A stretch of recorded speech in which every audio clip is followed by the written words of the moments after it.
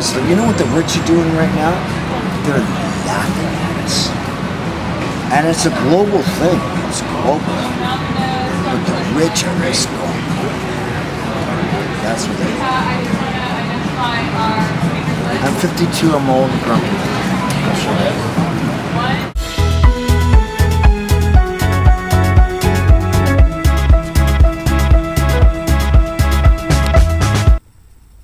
Welcome to the first episode of Season 2 of See Aimee Learn. I am here learning about Occupy Toronto, and I'm here to try to find out what the hell is going on. When I filmed this, it was day 4, and now it's day 24. By the time you watch this, it might be even further.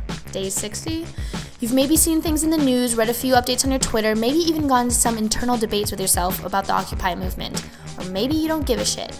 Either way, this episode really is about the Occupy Toronto movement and the wise and understanding words of a couple guys who support it, and maybe some ways you can help.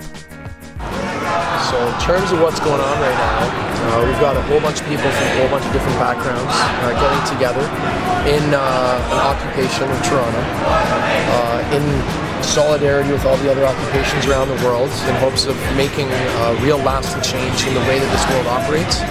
So the 1% would be classified as the top earners in this world, the people who control the most money.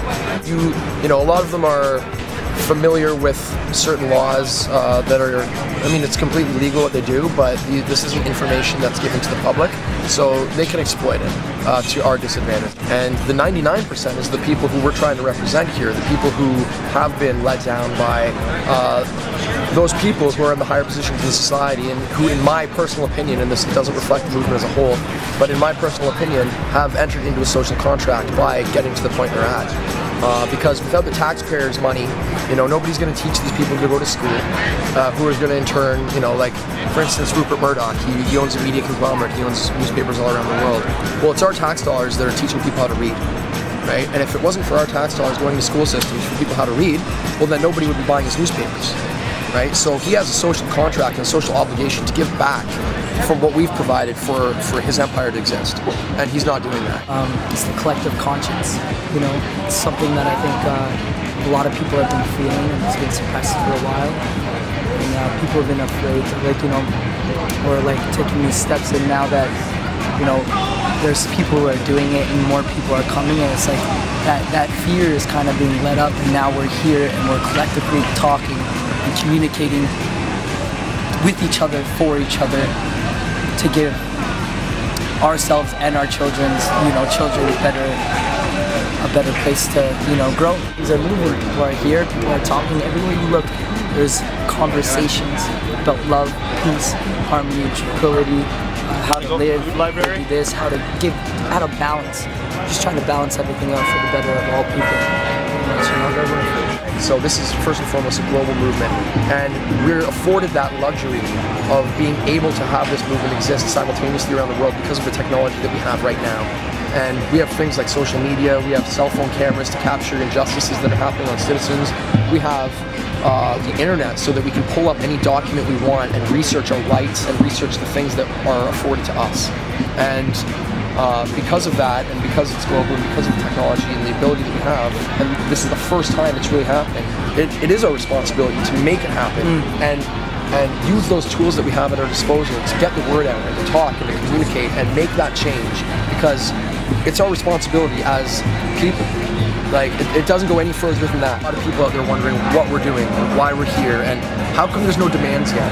Well, capitalism, the system that we're currently working on, it wasn't built in 4 days, you know? So how do you expect us to replace that system in 4 days? You know, give us some time to communicate, give us some time to let that love seep through this park and into the city, you know? And because people walk by here every day and people see what's going on, and every march we go to, if we go out with 800 people, we'll bring back 1,000. And those extra 200 people who weren't part of this are going to view what's going on here. They're going to talk to their friends and neighbors and coworkers. Your kids grow up, what world do you want them to live in? You know, do you want them to live in the world where they have a chance, or the world where they're going to get forced into debt? And this is the real deal. This isn't some hippie commune where everybody's just wasting their time. This isn't some refuge for the homeless, where we can get free meals. This is everybody from all walks of life enjoying each other's company and trying to make a difference in a very spiritual and loving and whole way. It's like, it's incredible. Like, I wouldn't trade this for anything. 3 ways you can help.